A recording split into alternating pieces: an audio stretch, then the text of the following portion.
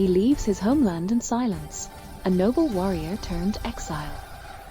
In 1852, Emir Abdelkader, the symbol of Algerian dignity, sails toward the distant shores of the Orient. Behind him, the land mourns, its mountains echoing prayers of freedom, its people clinging to faith. In Damascus, he finds refuge, his sword now replaced by wisdom. Yet his heart remains chained to the soil of Algeria.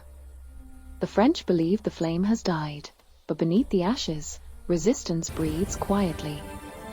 Villages rebuild in grief, mosques whisper verses of endurance, and in the stillness of the desert, new generations grow under the shadow of the occupier. Years pass, and the empire tightens its grip, confiscated lands, forced labor, and the silent cry of a wounded nation. Schools teach obedience instead of pride. The Arabic tongue fades from classrooms, replaced by the cold language of control. But in secret corners, old men teach children the poetry of Ibn Khaldun, the spirit of a civilization that refuses to vanish. By the late 1800s, the French divide the land into departments, erasing borders of memory. Cities like Algiers, Oran, and Constantine wear European masks, but behind every facade beats an Algerian heart. Farmers are pushed from their fields, their harvests feeding foreign markets while their children starve. In cafes and marketplaces, whispers of revolt travel from mouth to mouth. The Sufi Zoyas, once places of worship, become sanctuaries of resistance. In Kabylia, among rugged hills, faith and rebellion merge. By the dawn of the 20th century, Algeria has become a colony in name but a prison in reality. Yet from this prison, identity strengthens. The French schools produce a small class of educated Algerians, men who read both the Quran and Voltaire, but their awakening brings questions the occupier cannot silence. Who are we? Where do we belong?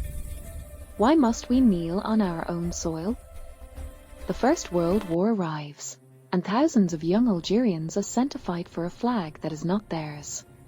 They bleed in the mud of Europe, believing that loyalty will earn them justice. But when the war ends, they return to the same chains, the same humiliation. It is then that nationalism takes root.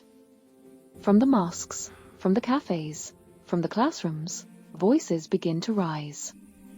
Abdelhamid Ben Bardis speaks of awakening through knowledge. Messerli Haj preaches independence, calling the youth to reclaim their dignity. Newspapers emerge, secretly printed and swiftly banned.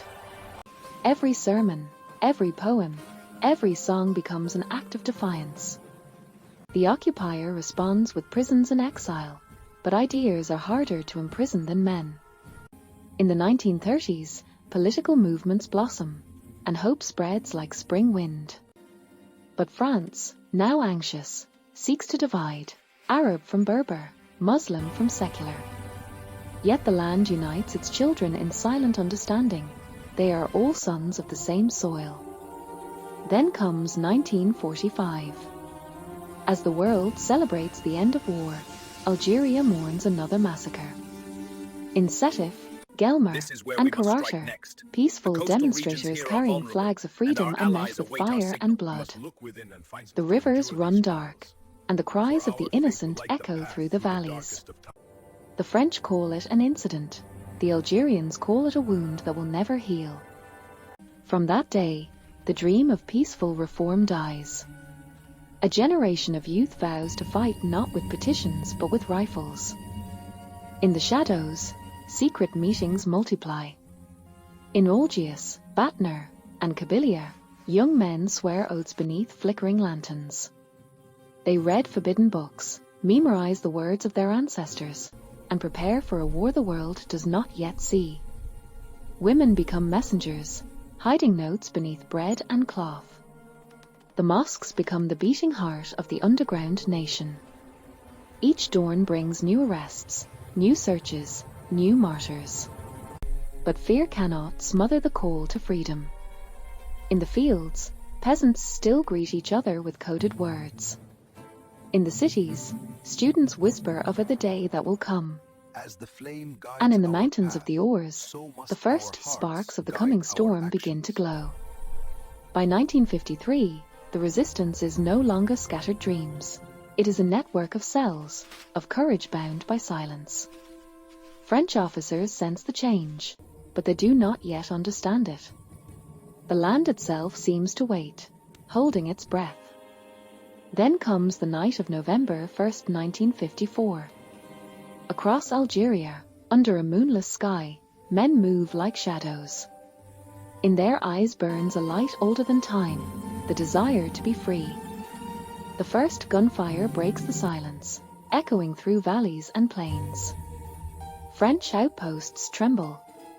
The war of liberation has begun. In homes across the country, candles are lit, not for mourning but for hope. Mothers whisper prayers for their sons, fathers hide tears of pride. The mountains answer with thunder. The dawn rises over Algeria's awakening.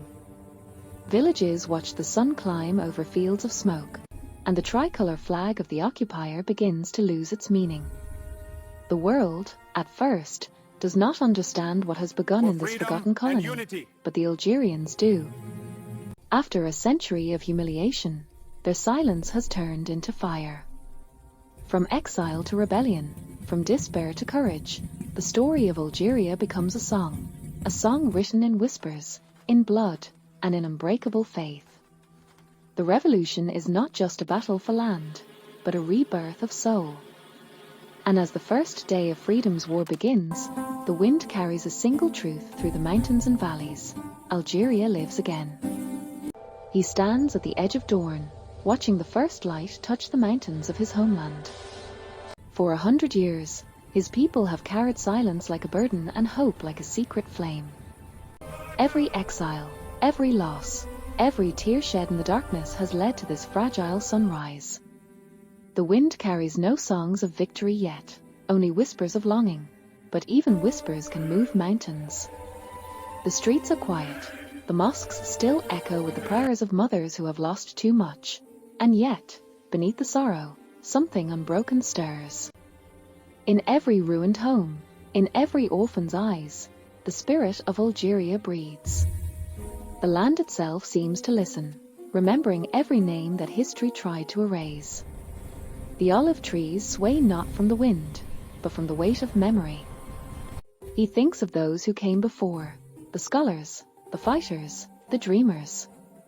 They never saw this dawn, yet their footsteps carved the path to it. The emir who walked into exile, the teacher who wrote in secret, the martyr who fell unnamed, they all live in this moment. The revolution has begun, but it is not only a battle of weapons, it is the awakening of a soul long asleep. Freedom, for them, was never just a word.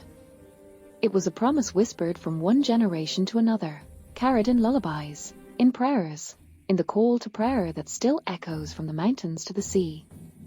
The world may not yet understand their struggle, but one truth shines through the mist of history: they never surrendered. As the sun rises higher, its light spreads across the valleys, touching rivers, cities, and fields alike. A nation long silenced begins to find its voice. And though the road ahead will be paved with sacrifice and sorrow, the heart of Algeria beats again, steady, proud, and eternal. In a world where great stories come to life, every click, every like, every share makes a difference. Milky Way. If this video inspired you, don't just watch, be part of it. Hit that like button, subscribe to our channel, and turn on the notification bell so you never miss what's next. Your support fuels our journey, and together we'll keep creating moments that move hearts and minds. So, take a second now, like, share, and join our growing family of dreamers and creators. This is more than just a channel. It's a story, and you are part of it.